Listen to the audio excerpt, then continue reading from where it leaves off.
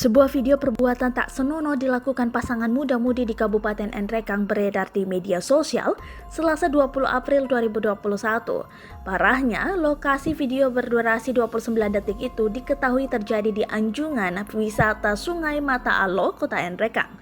Padahal anjungan wisata Sungai Mata Alo itu sendiri baru diresmikan pada 19 Februari 2021 lalu. Bahkan, anjungan ini diresmikan oleh Gubernur Sulawesi Selatan Profesor Nurdin Abdullah didampingi Bupati Nrekang Muslimin Bando. Dalam video tersebut terlihat dua pasang muda-mudi tengah asyik bercumbu di anjungan wisata Sungai Mata Alo. Tampak satu pasangan bercumbu di stand UKM di anjungan wisata, sementara satu pasangan lainnya bercumbu di atas motor yang terparkir di depan stand UKM yang sama.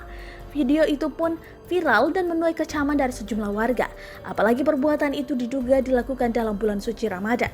Salah satunya dari Ketua Komunitas Perlindungan Perempuan dan Anak Maserempulu, Sri Yanti Ningsih, yang mengatakan adanya aktivitas asusila yang terjadi di anjungan di Sungai Mata Alo Nrekang itu. Apalagi videonya saat ini sudah menyebar bukan saja di Nrekang, tapi menjadi perbincangan dan konsumsi publik di luar Kabupaten Nrekang. Apalagi pelakunya disinyalir masih anak di bawah umur. Menurutnya seharusnya fasilitas yang disiapkan pemerintah betul-betul dimanfaatkan untuk area wisata bagi masyarakat. Ia berharap orang tua melakukan pengawasan ekstra kepada anak-anak mereka dan pemerintah mulai memperketat penjagaan di sekitar area anjungan. Menurutnya, jika masalah anak itu adalah tanggung jawab semua pihak termasuk masyarakat sekitar.